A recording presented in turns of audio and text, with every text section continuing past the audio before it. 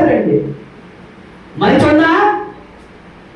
మంచి నీళ్ళే ఇచ్చేవారు. దేవుడు మాయగాక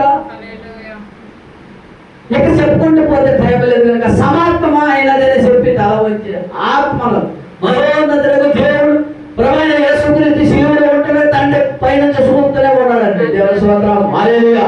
ఈ మరణంలో గొప్ప విషయం ఉందండి. ప్రభువైన యేసుక్రీస్తు పరిశుద్ధ శరీరాన్ని ఈ భూలోకానికి ఇచ్చినప్పుడు గొప్ప విషయం ఉన్నది. ఇంకో గొప్ప విషయం ఏంటంటే మనిషి మానవాళికి అందుబడిన విషయం ఏంటంటే ఈయన మరణించిన ఆత్మ తండ్రి తండ్రి ఎదకు చేర్చుకున్నప్పుడే కొంతమంది బతికారండి. పరిశుద్ధులు సమాధానం తెరవబడ్డాయి. దేవస్తోత్రాలు చెప్తాం. హల్లెలూయా. ఏం జరిగింది? సమాధులు తెరవబడ్డాయి. ఎంతమంది బతుకుంటారు? పరిశుద్ధులు అందరూ బతికారండి. తిరిగి లేచారు. ఆయన స్పెషల్ పడండి. ఆయన మరణించిన మనుషులు బతికారు. దేవస్తోత్రం సమాధానం పరిశుద్ధులు సమాధానం తెరవబడ్డాయి. మూడో కలము వేసినప్పుడు కూడా సమాధులు తెరవబడ్డాయి. దేవస్తోత్రం హల్లెలూయా. ఆయన ఎవరు స్పెషల్ అదండి. ఇప్పుడు మన పిలుపు ఏ పిలుపు ఏముంది? పరిశుద్ధంగా జీవించాలని. ఎప్పుడు సమాధానం తెరవబడ్డాయి? పరిశుద్ధులే లేపబడ్డారు. పరిశుద్ధులే లేపబడ్డారు. అక్కడ పాపులు లేపబడ్డారని లేదే.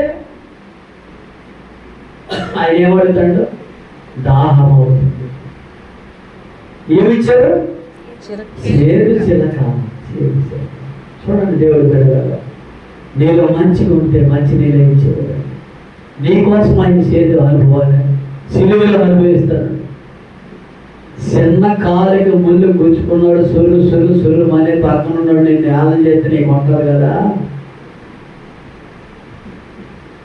ఆయన ఏదో చేసి నేనేదో అయిపోదామని పరిస్థితికి వెళ్ళిపోతావు.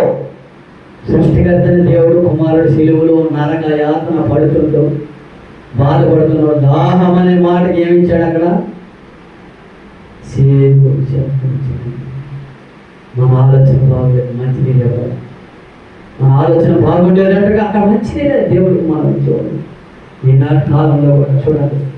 ప్రభు ఇందాక కుమారుడు చెప్పిన మాట మాత్రం మాట ఏం మాట అదే మాకు జ్ఞాపకం ఉందా? అమ్మా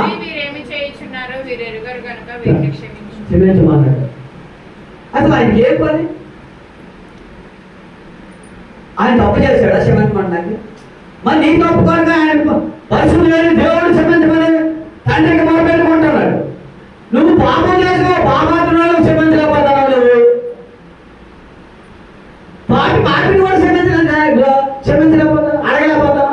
అయ్యా మా తప్పు అయిపోయి క్షమించండి అల్లకపోతాం. రే మత సంవత్సరం ఏముంది? మీరు తప్పని మీరు క్షమించని అడగల. మీరు తప్పులు పర్లేకపోతే తండ్రి కూడా మిమ్మల్ని క్షమించడాలి.